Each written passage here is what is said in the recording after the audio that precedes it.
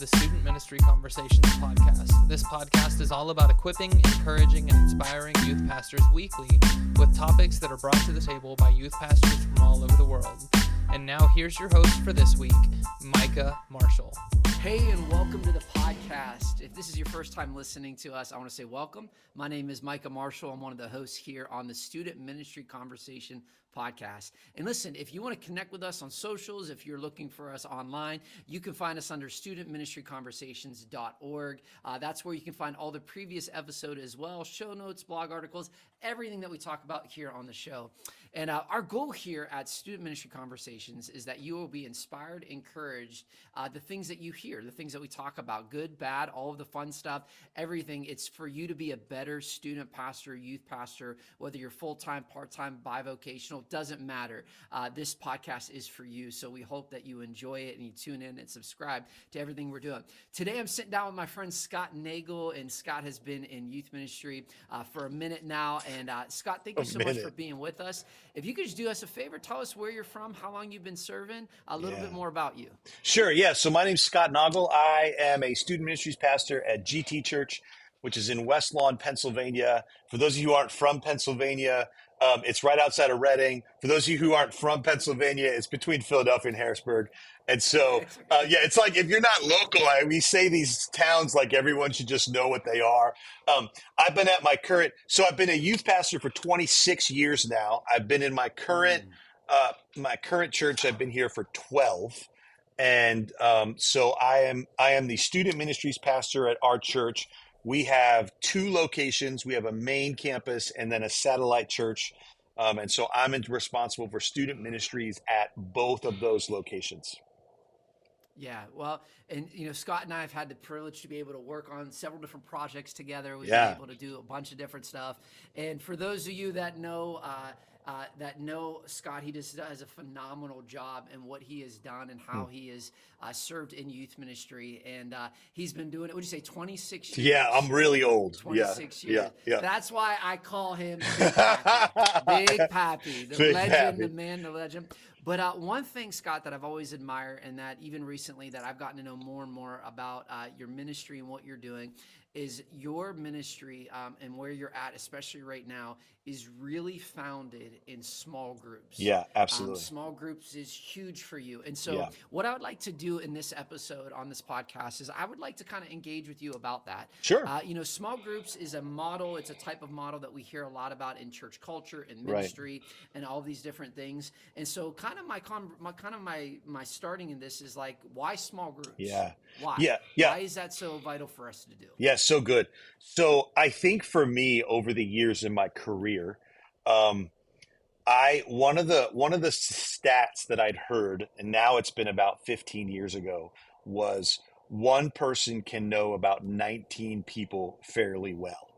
And so what I realized was if I don't expand my leadership, I'm only going to ever be able to lead a group of 19 people.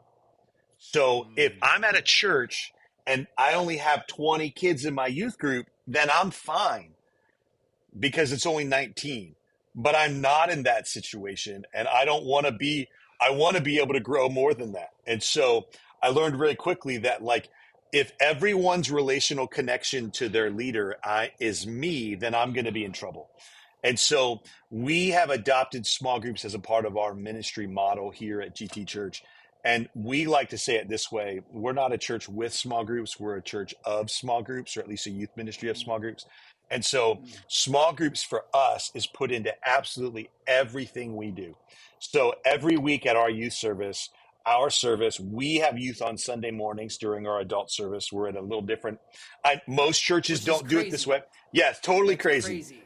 You're the first church that I've ever experienced, because I got to come and speak and share, and that was the craziest experience I have seen is youth ministry running on a Sunday morning. Yeah, and it's what works here in our context. And I always say to people, youth lead, if you're watching this, if you're listening, what works is what works for you. And so for us, this is what works for us. And so our service is about an hour and 15-minute service. And that service is about 55 minutes service and then 20 minutes of small group time. And so every week our small groups are meeting together. When we do trips, this is where the rubber really hits the road for us, and where I really feel like this is our bread and butter, like the secret sauce for us. When we go away on trips, everything happens through small groups. So when you and I have been talking about going to summer camp this summer. And so like the first thing I'm doing to recruit leaders to come to camp with my students in the summer is who are their small group leaders, and can their small group leaders go? And then when we go to camp, even though it's not my camp, because we go to a district camp, I am thinking in my head, how am I organizing my students in such a way that every 7 students has one leader that they're working with for the weekend, or however we're going there. And so for us, it's about putting quality adults who love Jesus, getting them into the lives of students. And we found over the years that that's the best scenario for us. And I think the way, when I knew it was working, was the years that at the end of the school year, when students graduate or leave our ministry, and you ask them who's the most influential leader from our ministry, and nobody says me. Like, that was really hard the first year. I'm like, right to the heart, right? That's right what do you mean? You're my favorite student, but not anymore. But for them to say, oh, it's Joel, it's Mike, and because that's the goal and that's the win. And so that's what we do. And so we do everything we can to make sure and facilitate that transformation. Yeah, no, and that's just awesome. There's so much to unpack here. Yeah. With this, and being able to kind of talk about the importance of this. Again, like, you do this on Sunday. But one thing that you do as well, though, and I didn't know this until recently, is you really try your hardest to make sure that small group leader that has those like 7th grade boys is the same small group leader when they're 12th grade. That's it. Yeah. So what's the process of that look like? Yeah. And really why? Because I know even for me, what we've done over the years, like, we kind of shift our leaders around here and there, but why that model? Why that way? I mean, but it's obviously worked. Yes. Yeah. For us, it's about, we want to provide a quality leader for every student to walk through their journey with them to graduation. And it's the difference in our church. Again, I can only speak to my context. In elementary school, in elementary and preteen here at our church, we have like 3rd grade leaders. And these people are great. And they've been 3rd grade leaders for the last 10 years. And they thrive, and they just want to be 3rd grade leaders. When we get into the teenage years, we just believe it's so important to have connection, that we want to see that grow. Furthermore, what we found is, if you're a youth pastor and you're watching this, you're going to understand this. If you're a 7th grade boy small group leader, and that's all you ever are, then you are content with having 4-inch deep conversations for the rest of your life, because that's about what a 7th grader can do.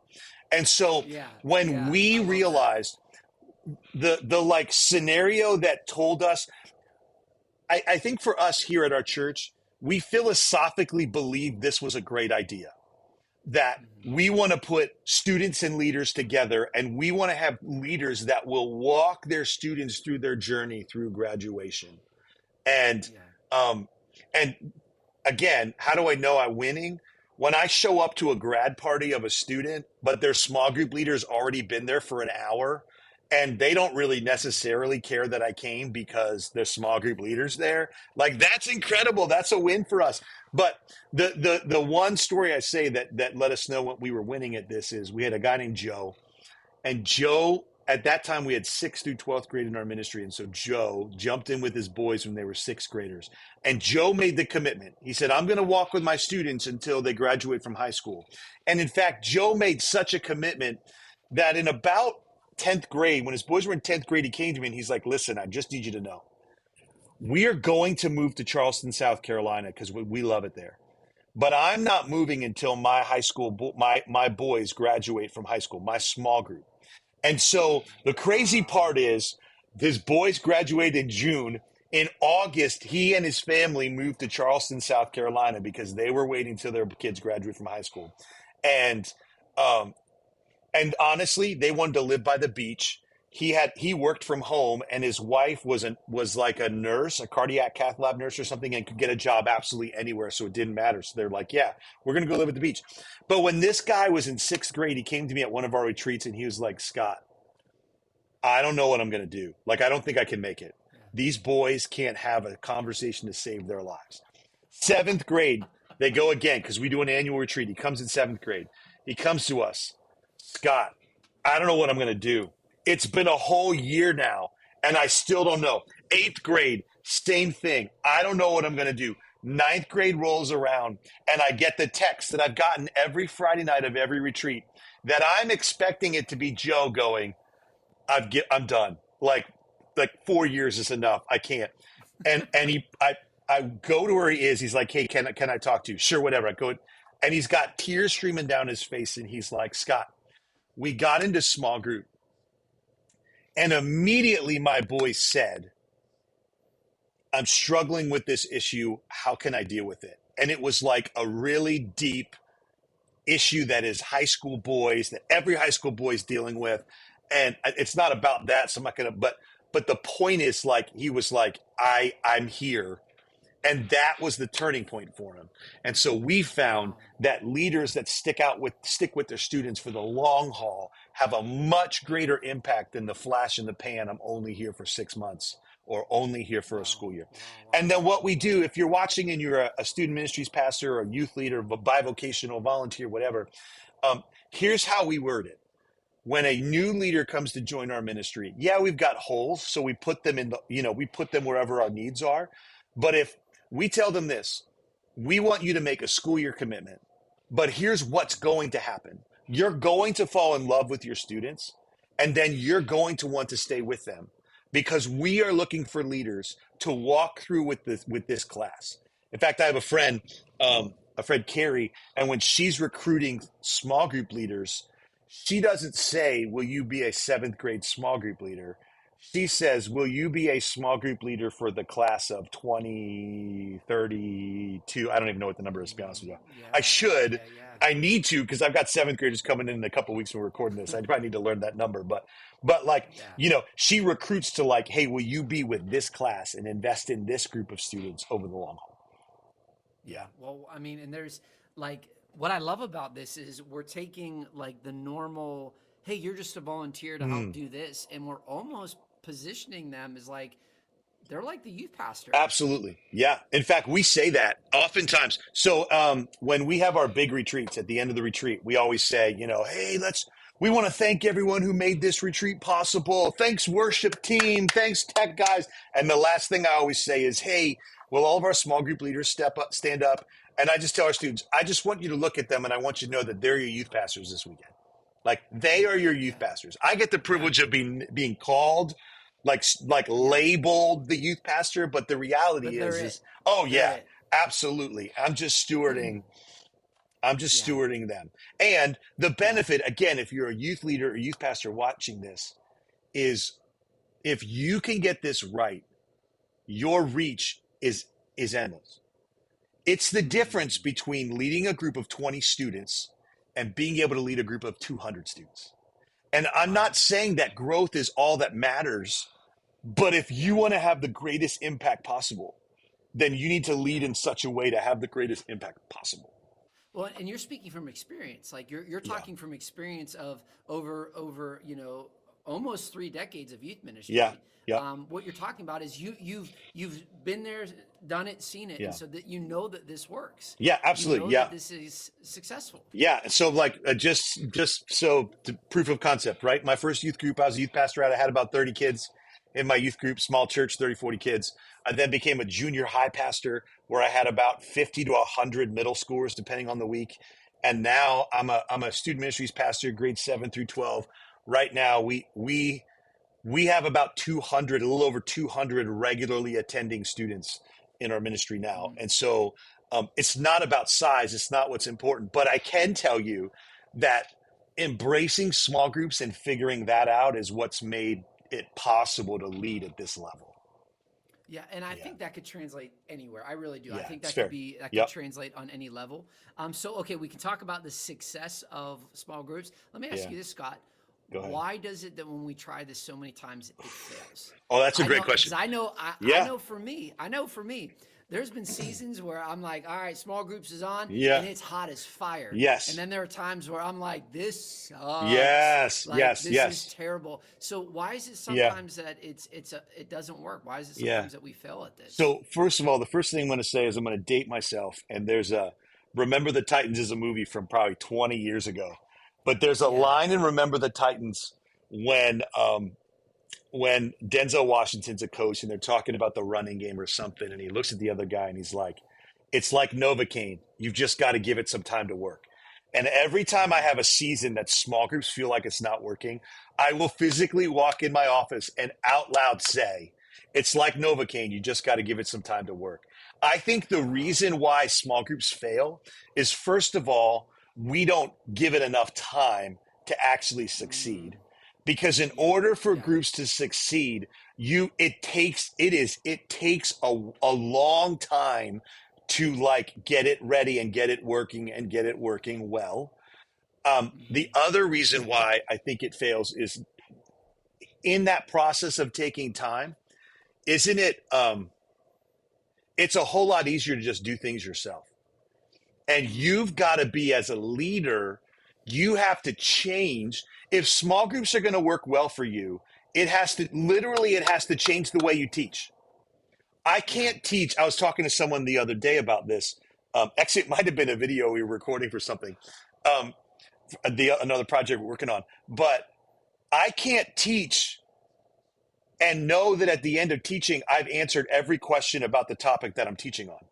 If if small groups are working well, I'm actually creating more questions that they can talk about in their small group, and our students, our Gen Z and Gen Alpha students, can process, which research tells us that's what Gen Z and Gen Alpha students like crave. They have to process the information. And so I think that's another thing. I think sometimes So how long would you say the timeline is? Like when you say we don't give enough time in your experience with what you've been doing, what would you say? How long is that timeline look? Yeah, you have to, if you really want to change the culture and you want small groups to work, you've got to commit the next year to it. You've got to say, I'm going to make it. And in that year, I just got to tell you, it is going to be hard. And there are going to be times that it's going to feel like it's not working. And some of those, the other thing I was going to say, we talk about why does it fail? Because as the leader, I also have to shift my mindset. I have to shift my mindset from being, I am the end all. I am the voice of God in these kids' lives. I am the mouthpiece of Jesus himself, to, no, I've got a bunch of leaders who are investing in these students, and Jesus is going to speak to my kids through their small group leader who I am investing in, and I am coaching them and raising them up. But it really does take time. And it's also hard. I'm not going to, I don't want to sugarcoat this at all. It is hard. If you have, so I'll give you an example. Right now, the Sunday that you came and visited our church, we have 2 services on a Sunday for students. At our first service, we have 12 small groups happening. That means there are 12 group conversations that, if we're being honest, I have to make sure, one of my roles now is to make sure that 12 conversations are quality. How do I do that? I make sure that I've got the right leader in the right seat on the bus, that I've got the right leader's temperament with the right group of kids. I'm making sure that the leader has everything they need to lead conversations. I also make sure that that leader's been trained that if they talk more than the students in their small group, they're talking too long. They're not here for a second. We've had lots of leaders over the years. I've had lots of leaders in ministry that came in and said, I had one leader one time, and he came in and I was like, hey, here's our small group questions. He's like, yeah, I don't need them. I already prepared my message for today. And I'm like, what do you mean your message? Because the way our service is set up, our students literally sit through a message and then they go to small group to talk about that message. He's like, yeah, I've been writing this sermon all week. Yeah. So it's like, okay, how do we have card conversations to say, I know you mean well, you know? And Yeah, so, yeah. So the answer absolutely, is the reason absolutely. why I don't think it works sometimes is because we don't give it enough time and we don't invest in Hmm. it enough. Um, Yeah. but I can Well, I also, love what you yeah, said. go ahead. No, go I for it. love what you said about the quality of the conversations, and making sure that those are vital for you as a leader. Because what I really believe is you're creating not just the questions that go Yeah. along with the small group Yeah. to initialize conversations, but you're putting the right people in the right room so Right. the right conversation happens. Like, Yeah.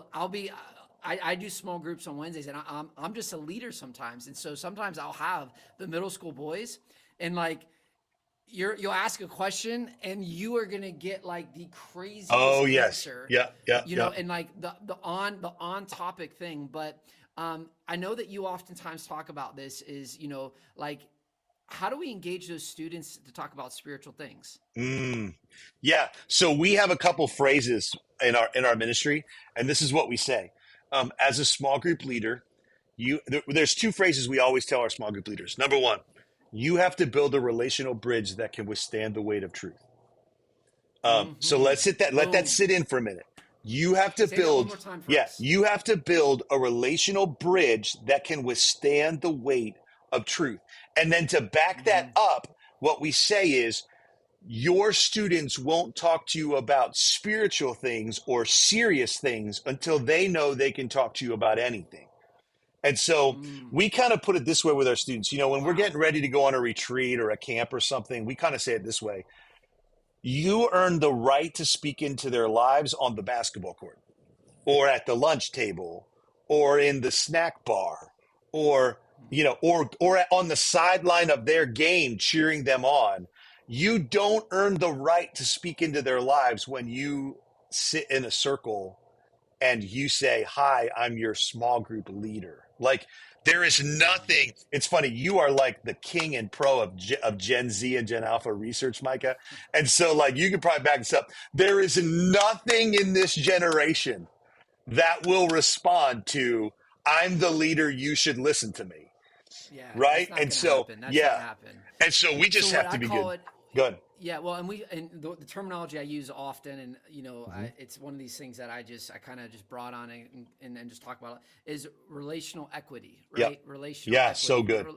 That that is something that's super important. And in that small group, if you're not building that equity of relationship, there ain't going to be no relationship, right? Right. If Right. you're not Right. gaining that, because that relationship leads to the respect leads to the open door leads to truth being spoken. Yeah. So good. And I think that's really one of those things. And but I mean, I love that. I love that concept of a year, giving it about a year, Mm-hmm. implementing it, realizing that you have to check your ego and step. It's no longer about you; it's about them. Yeah. Being able to step outside of that, Yeah. and even for me, I've been in youth ministry for 15 years, and when we first started, back then it was early 2000s. Mm-hmm. We're talking about the lights, the sound, the fog machine, the haze machine, the louder, the better, the preaching, Right. everything was based around the culture of environment that you can produce. And now we're here so many years later, and like we can't compete with culture anymore. So No. we No. can't Yeah. compete with all of that. But what we can do is we can bring them into youth group with relational moments and memories where we're Right. connecting and building, Yeah. and that ultimately is what you're doing with small groups. Yeah, absolutely. And I love, like, there's nothing that makes me happier than when one of our like seventh or eighth grade students sprints into our room because they see their small group leader. Like, Mm, or like, yeah, I'll tell you what, so yeah. we're recording this, and who knows when you're going to listen to this, but we're recording this the week of Easter. And one of the Yeah. things I love at my church, because again, we have service on Sunday mornings for our students, we don't meet Easter Sunday. I love Mm. on Easter Sunday when I walk through the hallways in my church, like watching my like teenagers high five their small group leaders in the hallway of the church outside of our. And it's like, hey, Yeah. what's up? What's up? What's up? And so it just Yeah. shows that, like, yeah, they've earned that credibility, that relational equity to say, hey, I want to speak into your life. How are you doing? Yeah. How are you really doing? Um, Yeah, Yeah. and that's Well, this is earned. so good. Yeah. So good. Yeah, so good. I mean, just the importance of it. And I think this thing is too is you don't have to have a large youth ministry No. to do small Yep. groups. Yep. No, and I would say it this way: if you have 10 kids, you have enough kids for small groups. You should have two Hmm. small groups if you have 10 students. Because Yeah. a conversation with 5 kids is really manageable. It's great. Everybody gets to participate and be involved. Um, we in our ministry we divide our small groups by gender and grade, and Okay. so it's guys and I was girls, just going and to then ask by that. Yeah. class. Yeah, and then the other Yeah. thing we do as we grew. So there were again doing this for 26 years. There was a period of time when all of the research from like the hottest youth ministry, whatever you would call it, years ago, was well, when a group gets to 10 or 15, you put another leader in there and then you split the group and create and they would use terms like congratulations, you're going to get to birth a new group, which first of all sounds disgusting, um but like and Yes. I always thought, like, when I would listen to that, I literally went to conferences where I sat in breakouts taking copious notes about how this was supposed to happen. And then I would come home to my group and I would go to my group that had 15, 20 girls in it and say, hey, here's what we're going to do. We're going to put another leader in here, and then we're going to split this group in half, and you're going to get to form two new groups. And my girls essentially told me, if you do that, we will leave, because Mm. I want to be with my friends, because this is where I feel comfortable. This is where I feel family. Yeah. And so again, it has to do with whatever you have in your ministry. So what we found, our solution now is we throw more leaders at the problem. So if your Okay. group, so right now my 11th grade girls group, we're going to go to our retreat in a couple weeks, and they're probably going to have 20 girls. I'm not exaggerating. They're going to have 20 11th grade girls at this retreat in one small group. They're going to have 3 or 4 leaders with them. And then what we Okay. tell those leaders is, hey, when you're having discussion time, why don't you just say, hey, for this next discussion time, we're going to break down into groups of 5. And you guys are going to go Okay. over here, but we're still one big group, and we're going to be within, eyesight of each other, and we're just a group within a group. And so, for again, Mm. what works is what works. The right Yeah. way is what works. That's what worked for me. But I'm sorry. Back to answer your question. Yes, if you have 10 kids in your ministry, you should start small groups, and you should do that Yeah. right then and there. Well, yeah, and I love that because you actually answered a few of the questions that I had for someone that's saying, "Hey, I've never done small groups. What does Mm, this look like?" So being able to break down by grades, yeah, gender, being able to break down groups within groups, being yeah, able to throw leaders, so many good yeah. things. And then hang And on. so I'd as love we to are, add. Sorry, yeah, let me add one more thing. yeah, If you're going to start doing groups, um, you have to equip your leaders to run those groups. And so let me yeah, tell you what that looks like in the current world that we live in. Because listen, it has never been easier to do this. Um, yeah, what that means for us is we are giving our small group leaders discussion questions based on what we know we are teaching. It's never mm, been easier because AI exists in our world right now. And so, yeah, and I'll just tell you, so we go to ChatGPT, the free version, and I put my outline of my message in there, and I say, write me 10. Usually I say, write me 15 discussion questions based on this outline for middle and high school students. And within 20 mm, seconds, I have 15 questions. I then go through the questions and say which ones fit what I want to have conversations about, right? And yeah, then that's what I'm equipping my leaders with. See, I think so. In other words, when you're starting, you have to keep in mind that you have to equip your leaders. You can't just mm, assume that they're just going to walk into a circle of kids and know how to yeah. process whatever you just taught. No, that's Yeah, excellent. That's excellent. I love that. Well, I mean, that's just so much good stuff here. So yeah, much amazing content and all that. So, Scott, do me a favor. If yeah. people would like to reach out to you or check out your ministry, I'm too can old. you Yeah, can you let us know, like, Sure. what does that look like if they want to contact you Yep. and talk to you a little bit more? Because we will drop this in the show notes as well. So for anyone that might have questions about Sure. small groups. It's so funny. I met your wife last week, and she asked me. She said, "You have an Instagram, but does it actually active? Because I don't post on Instagram, right?" And so, my name is Scott Nagle. You can email me. We'll put my email in the show notes. That's probably the best bet, honestly. My email is scottnagle@gtaog.org. Our church is gtchurch.online, and so I run the student ministries there. You can find us on Instagram at gt.sm is our student ministries. You can always reach out to our student ministries there, and it'll get to me. I don't run our social media because, well, did you not hear I've been in this for 26 years? I don't really know how.